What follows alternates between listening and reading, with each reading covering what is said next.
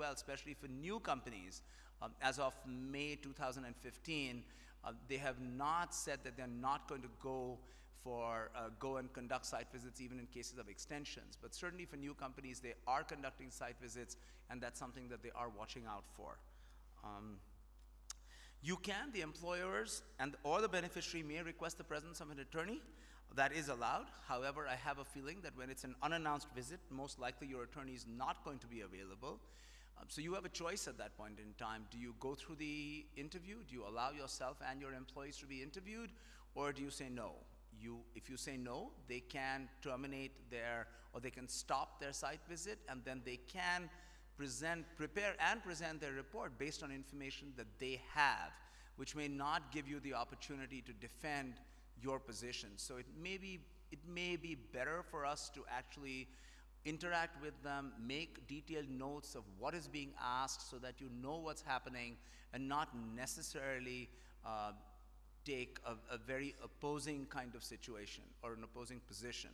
One thing to remember when you are conducting these site visits, or when you are the subject of a site visit, you're not expected to necessarily be offering them tea or coffee.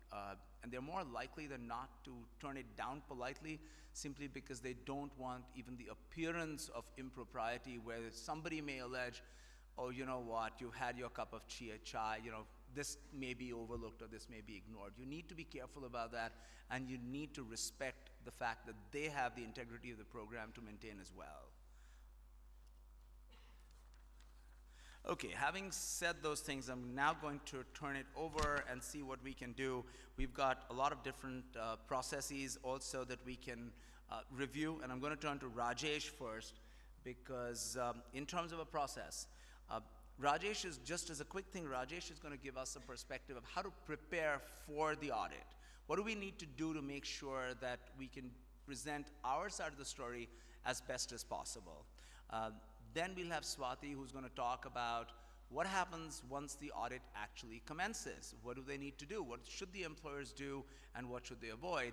And finally, the icing on the cake is going to be Satya, who's going to give us the perspective of the consular officer or the embassy who sometimes has access to that information, and how do they see it going forward. So Rajesh, let's get your words of wisdom. Okay, so I think in terms of being prepared for the H1B audit, the first and foremost is, I would say, the mindset of the people who